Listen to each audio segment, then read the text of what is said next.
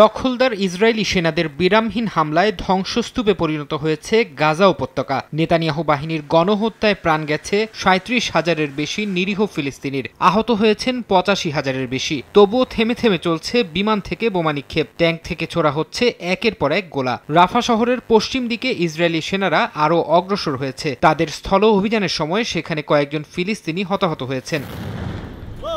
হাত গুটিয়ে বসে নেই ফিলিস্তিনের স্বাধীনতাকামী সংগঠন হামাসও। দক্ষিণ রাফা ও গাজার উত্তরাঞ্চলে হামাসের তীব্র প্রতিরোধের মুখে পড়েছে নেতানিয়াহু বাহিনী। রাস্তার পাশে পুঁতে রাখা বোমার আঘাতে ইসরায়েলের অত্যাধুনিক মার্কাভা ট্যাঙ্ক ও কয়েকটি সাজোয়া যান ধ্বংস করেছে হামাস যোদ্ধারা। এর পাশাপাশি চলছে নেতানিয়াহু বাহিনীর ওপর গোপনে হামলা। নগদের কাছে সব গ্রাহকই প্রিয়, তাই তো সারা দেশে ক্যাশ আউট চার্জ সবচেয়ে কম।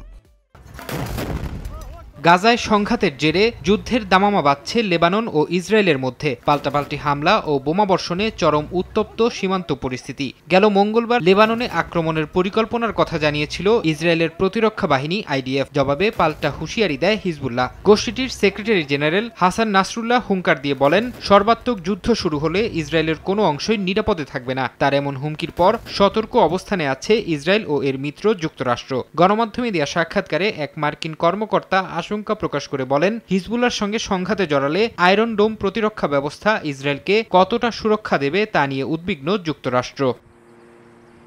ফরহাদ চৌধুরী, সময় সংবাদ।